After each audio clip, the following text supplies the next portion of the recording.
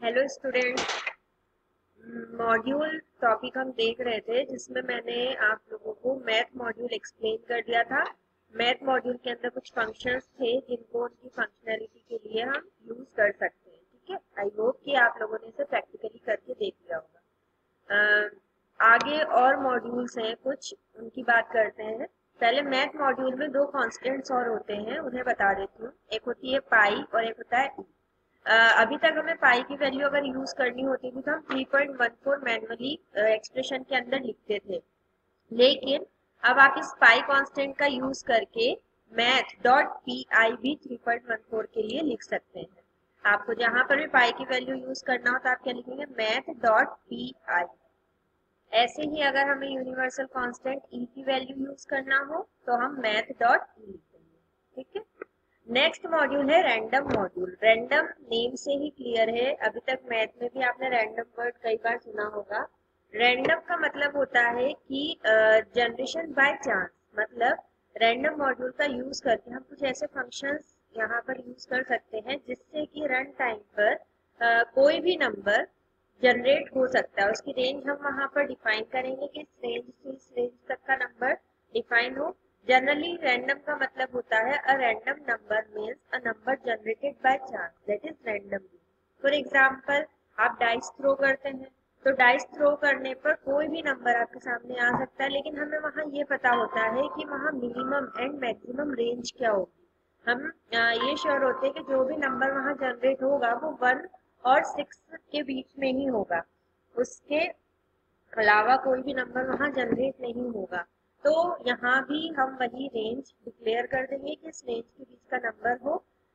Random अगर आपने module का यूज किया है और इसके कुछ फंक्शंस यूज किए हैं तो उसके आउटपुट हम बता नहीं सकते, मतलब उसके आउटपुट फिक्स नहीं होते क्योंकि रैंडमली कोई भी नंबर वहां पर प्रिंट हो सकता है। लेकिन हम सिर्फ एक अंदाजा लगा सकते हैं कि जो भी नंबर होगा वो इस रेंज में होगा। So this module provides random number generators. A random number means a number generated by chance, that is random. Random module को यूज करने के लिए हमें इंपोर्ट रैंडम लिखना होगा। हमारे पाइथन स्क्रिप्ट में, पाइथन के प्रोग्राम में सबसे पहली जो लाइन होगी वो इंपोर्ट और मॉड्यूल का नेम होगी। ठीक है। रैंडम मॉड्यूल के 3 फंक्शंस हैं, एक एक करके देखते हैं। सबसे पहला फंक्शन होता है रैंडम फंक्शन। तो it generates a floating point number in the range 0.0 to 1.0। आप देखिए 0.0 पर स्क्वायर ब्रैकेट लग रहा है, इसका मतलब ये है कि 0.0 जो है वो रैंडम की रेंज में इंक्लूडेड है, लेकिन 1.0 इंक्लूडेड नहीं होता। लेस देन 1.0 आपके सामने प्रिंट होगा। मतलब ये है कि अगर आपने रैंडम फंक्शन से कोई भी नंबर जनरेट किया तो वो 0.0 से बड़ा या इक्वल हो सकता है, 1.0 से छोटा होगा। ठीक है, लेकिन ये 0 पॉइंट में ही होगा। तो रैंडम फंक्शन एक फ्लोटिंग पॉइंट नंबर जनरेट करता है जिसकी रेंज ये होती है, जिसमें जो लास्ट होता है 1.0 वो इंक्लूडेड नहीं होता। ठीक है। इसको यूज करने के लिए हम इस तरह से लिखेंगे इम्पोर्ट रैंडम। और अगर आप स्क्रिप्ट मोड में कोडिंग कर रहे हैं तो वहां प्रिंट में मॉड्यूल का नाम डॉट फंक्शन का नाम, तो रैंडम डॉट रैंडम फंक्शन लिखा हुआ है। तो ये कोई भी एक फ्लोटिंग पॉइंट का नंबर वहां आपके सामने जनरेट करके प्रिंट कर देगा। मैं इसके लिए आपको एक एग्जांपल बताती हूँ। पाइथन स्टार्ट किया, स्क्रिप्ट मोड में भी बताती हूँ और इंटरेक्टिव मोड में भी बताती हूँ। स्क्रिप्ट मोड में हमें यहाँ लिखना पड़ेगा इंपोर्ट रैंडम। पहले मॉड्यूल इंपोर्ट करना पड़ेगा, देन हम प्रिंट के अंदर रैंडम फंक्शन यूज करेंगे। तो हम क्या लिखेंगे, पहले मॉड्यूल का नेम डॉट फिर फंक्शन का नेम। ये रैंडम जो है स्टार्टिंग में मॉड्यूल है, बाद वाला जो है वो फंक्शन है। फंक्शन की पहचान नहीं होती, उसके साथ में पैरेंथेसिस लग जाते हैं, स्मॉल ब्रैकेट्स लग जाते हैं। ठीक है। अब ये एक नंबर जनरेट करके देगा, वो 0.0 से 1.0 के बीच का होगा। ठीक, इसे रन करते हैं, पहले सेव कर देते हैं।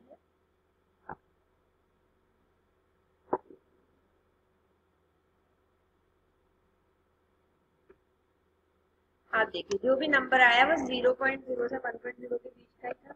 अगर आप इंटरेक्टिव मोड में चाहते हो तो इंटरेक्टिव मोड में भी कर सकते हैं। पहले आप मॉड्यूल इंपोर्ट कर लें, देन रैंडम डॉट। आप देखिए जितनी बार आप इसे रन करेंगे उतनी बार एक नया नंबर वो प्रिंट करेगा। मतलब आप एग्जैक्टली बता नहीं सकते हैं कि यही नंबर प्रिंट होगा, रेंज जो है वो उसकी चेंज होती जाएगी। ठीक है, तो ये हुआ पहला टाइप रैंडम मॉड्यूल के रैंडम फंक्शन का।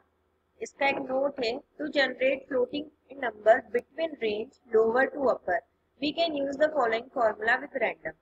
देखिए रैंडम फंक्शन से तो 0.0 से 1.0 के बीच की वैल्यू ही प्रिंट होती है, लेकिन अगर आप कोई और रेंज देना चाहते हैं, जैसे मैं चाहती हूँ कि 10 से लेके 20 के बीच के फ्लोटिंग पॉइंट वैल्यू प्रिंट हो, तो वहां पर हम इस फॉर्मूले का यूज करते हैं। इस फॉर्मूले की हेल्प से हम कोई भी रेंज, कोई भी नंबर दे सकते हैं, उस नंबर के बीच का जो भी फ्लोटिंग पॉइंट नंबर होगा वो आपके सामने वो प्रिंट करेगा। जैसे इसका सिंटेक्स होता है, फॉर्मूला होता है रैंडम मॉड्यूल का नेम डॉट रैंडम फंक्शन का name multiply upper limit minus lower limit plus lower limit. इसका एग्जांपल है ये, जैसे हमें 15 से 35 के बीच नंबर अगर जनरेट करना है तो ये हो जाएगा random dot random into 35 minus 15 plus 15 upper limit minus lower limit plus lower limit. लेकिन मैं आपको इसे करके दिखाती हूँ, यहीं पर डायरेक्ट इंटरेक्टिव मोड में ही कर लेते हैं, यहाँ बार बार उसे सेव करके रन करना पड़ेगा। Random dot random multiply upper limit, जैसे मुझे 10 से 20 के बीच का करना है तो 20 minus lower limit plus upper limit. अब ये जो फॉर्मूला है, ये फॉर्मूला एक रैंडम नंबर जनरेट करेगा जो कि 10 से 20 के बीच में ही होगा। ठीक है, और फ्लोटिंग पॉइंट का नंबर होगा। आप इस फॉर्मूले को जितनी बार रन करेंगे कोई एक नया ही फ्लोटिंग पॉइंट नंबर आपके सामने वो प्रिंट करेगा। 11 पॉइंट, बट जो रेंज होगी ना वो यही होगी, 10 से 20 के बीच में ही होगा। ठीक है, सेकेंड है रैंडम का function rand int. Rand int मतलब ये एक इंटीजर की वैल्यू जनरेट करता है। इसके अंदर हम दो लोअर और अपर लिमिट देते हैं। स्टार्टिंग वैल्यू होगी a, एंडिंग वैल्यू होगी b। इसमें आप ध्यान रखिएगा a और b दोनों इंक्लूडेड होता है, मतलब जो भी रेंज होगी उनमें से भी कोई भी नंबर प्रिंट हो सकता है। जैसे रैंड इंट 1535 आपने दिया तो 15 भी प्रिंट हो सकता है, 35 भी प्रिंट हो सकता है, और इनके बीच का कोई भी नंबर प्रिंट हो सकता है। इसको यूज करने के लिए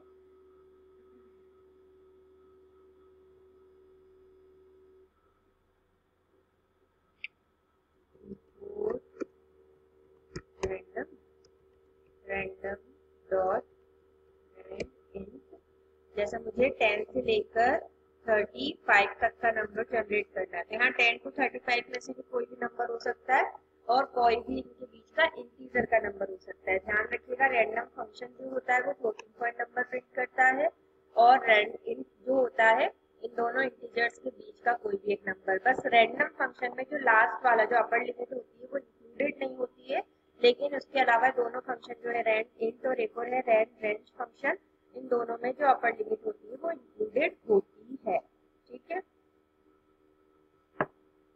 थर्ड है रैंड रेंज फंक्शन। इस फंक्शन के फिर तीन तरीके हैं, तीन फॉर्म है यूज करने के।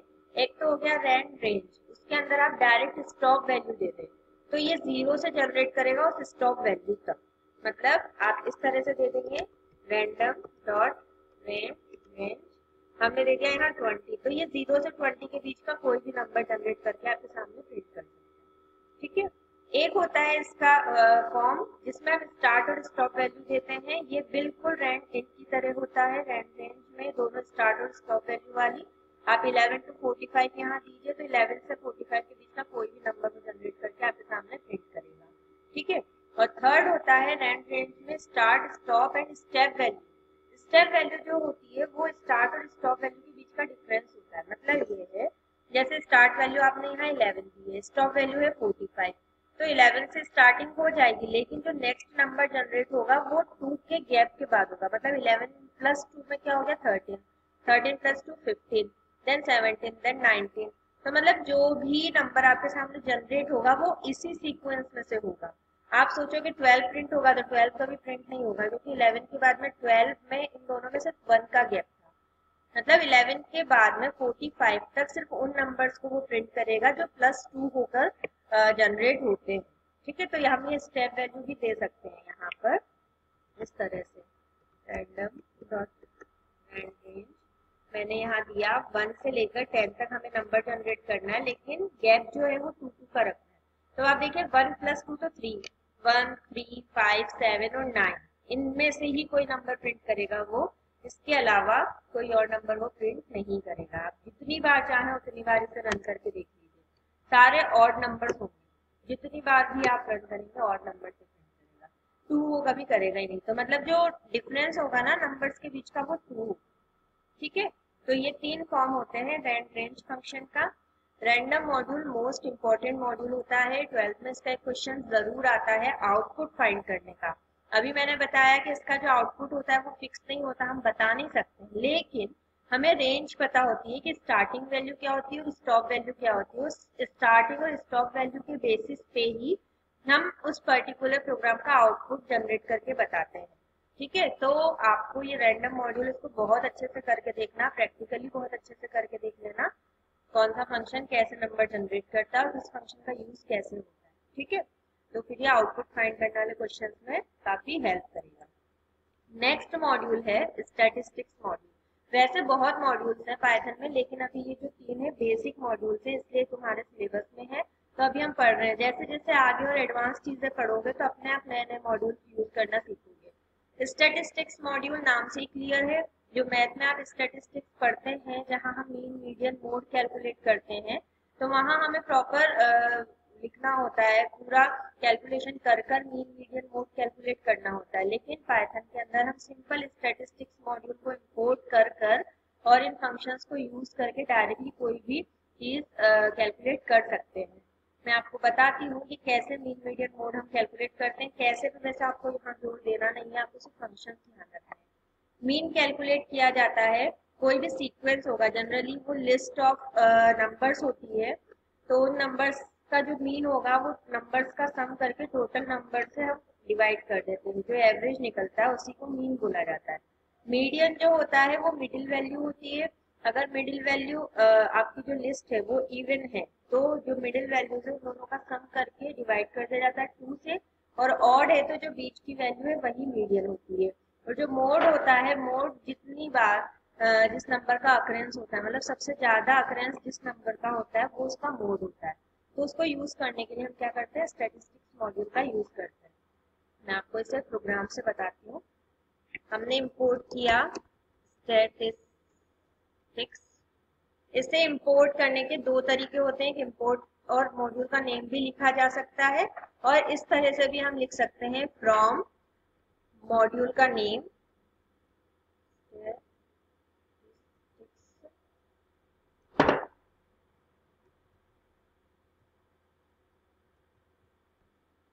इंपोर्ट देन फंक्शंस के नेम।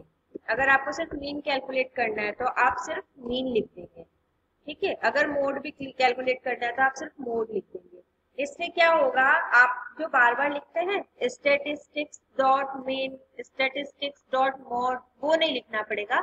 आप डायरेक्टली मीन का यूज कर सकते हैं, फिर हमें बार बार ये पैकेज का यूज नहीं करना पड़ेगा, मतलब इस स्टैटिस्टिक्स मॉड्यूल का यूज नहीं करना पड़ेगा। आप देखिए ये वाला सेंटेंस हटा देती हूँ, फ्रॉम वाला यूज करती हूँ, जिससे दोनों क्लियर हो जाएंगे, मीन, मोड और मीडियन, हमें ये कैलकुलेट करना है। ठीक है, हमने यहाँ एक लिस्ट बना ली।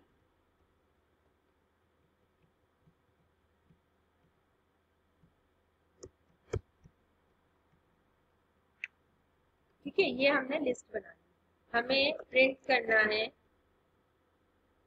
तो अब देखिए अगर मैं ये वाला सिंटेक्स नहीं लिखती फ्रॉम वाला, अगर मैं सिर्फ लिखती इंपोर्ट और मॉड्यूल का नाम, तो मुझे यहाँ लिखना होता है स्टैटिस्टिक्स डॉट मीन और फिर ब्रैकेट में जिसका भी मीन कैलकुलेट करना है और सीक्वेंस का नेम लिस्ट का।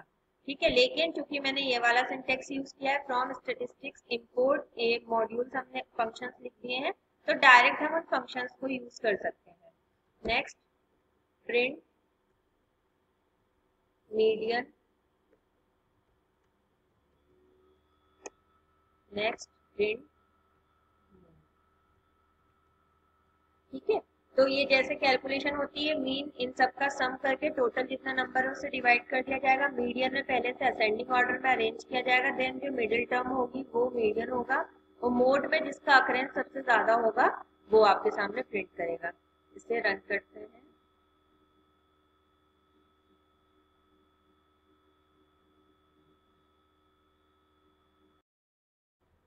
रन करते हैं इसे। आप देखिए दोबारा से मैं रन कर देती हूँ। ये इसका मीन है, ये इसका मीडियन है और ये इसका मोड है। ठीक है, आप इसको मैन्युअली भी कैलकुलेट करके देख सकते हैं, बिल्कुल यही चीज निकल कर आएगी। तो अगर मीन मीडियन मोड हमें कैलकुलेट करना हो तो हमें अलग से पूरा कोड नहीं लिखना पड़ता, सिर्फ स्टैटिस्टिक्स मॉड्यूल को हमें इंपोर्ट करना पड़ता है। ठीक है, तो अब ये जो चैप्टर है ये यहीं पे खत्म होता है। और भी मॉड्यूल बहुत होते हैं जो टाइम बाय टाइम आप पढ़ते चलेंगे। इसके ऊपर ये प्रैक्टिकल के क्वेश्चंस है दो, इन दोनों क्वेश्चंस को आप बनाएंगे और मुझे दिखाएंगे। मुझे या तो आप स्क्रीनशॉट लेकर भेजेंगे या आप स्कूल में दिखाएंगे। ठीक है, तो और कोई भी डाउट होता है तो फिर आप मुझसे पूछ सकते हैं, व्हाट्सएप पर भी पूछ सकते हैं या स्कूल में भी पूछ सकते हैं। तो ये दोनों करते हैं, ये चैप्टर यहीं खत्म होता है। इसकी पीडीएफ में सेंड कर दूंगी, तो इसके नोट्स भी आप लोग प्रिपेयर